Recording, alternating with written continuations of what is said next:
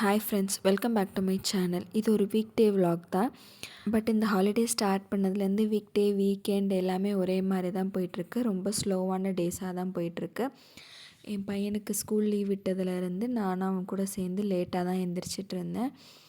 But இன்றைக்கி ஒரு நாள் சீக்கிரம் எந்திரிச்சு பார்ப்போம் அப்படின்ட்டு சீக்கிரம் எந்திரிச்சது ரொம்ப ப்ரொடக்டிவான டேவாக தான் இருந்துச்சு.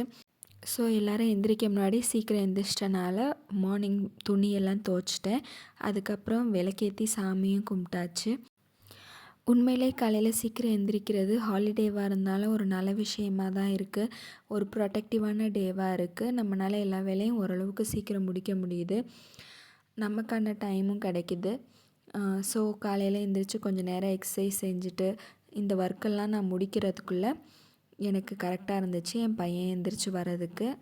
ஸோ என்னோடய சஜஷன் என்ன அப்படின்னு பார்த்தா, என் பையன் எந்திரிக்கிற டைமுக்கு ஒரு 1 ஹவர் முன்னாடியே நான் எந்திரிச்சிட்டேன் அப்படின்னா என்னால் ஓரளவுக்கு எல்லா வேலையும் முடிச்சிட முடியும் அவன் எந்திரிக்கிறதுக்குள்ளே. சாமி கும்பிட்டு முடித்த பிறகு துவைச்ச துணி எல்லாத்தையும் கொண்டு வந்து வெளியில் காய போட்டாச்சு. இப்போ வெயில் காலம்தான், மாடியில் கொண்டு போய் துணி காய போடலாம். பட் 2 மாடி ஏறி இறங்கணும் அப்படிங்கிறனாலேயே நான் மோஸ்ட்லி கீழேயே இந்த ஸ்டாண்ட்லேயே காய போட்டுடுறது.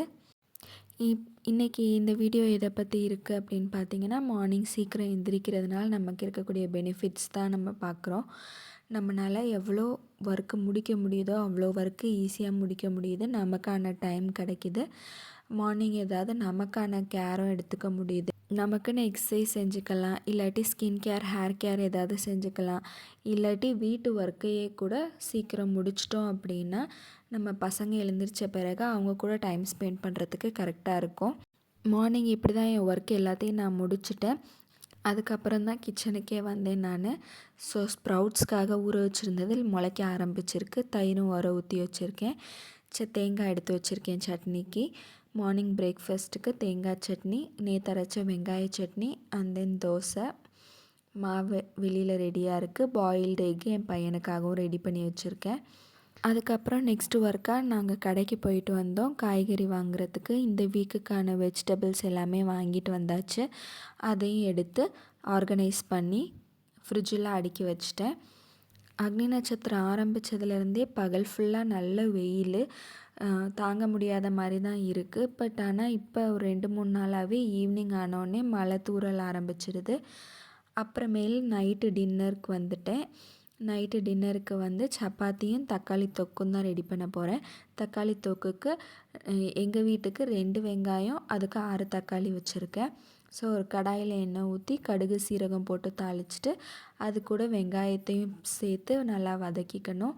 அது கொஞ்சம் வதங்கவும் இஞ்சி பூண்டு பேஸ்ட்டையும் ஆட் பண்ணிவிட்டு கட் பண்ண தக்காளியும் சேர்த்து நல்லா வதக்கிக்க வேண்டியதான். இதை க்ளோஸ் பண்ணி வச்சிடணும் நல்லா குழஞ்சி வேகிற அளவுக்கு.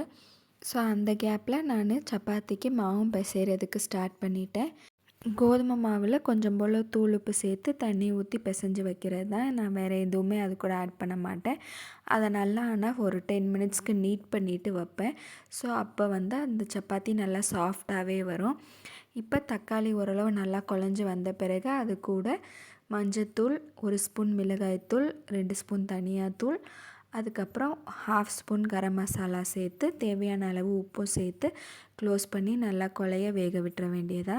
ஸோ டின்னருக்கு தக்காளி தொக்கு சப்பாத்தியும் ரெடி ஆயாச்சு. ஸோ இது ஒரு குட்டி வீடியோ தான். உங்களுக்கு இந்த வீடியோ பிடிச்சிருந்துச்சுன்னா லைக் பண்ணுங்கள். இந்த சேனல் பிடிச்சிருந்துச்சுன்னா சப்ஸ்கிரைப் பண்ணுங்கள். அடுத்து எதை பற்றி வீடியோ போடலான்னு கமெண்ட் பண்ணுங்கள்.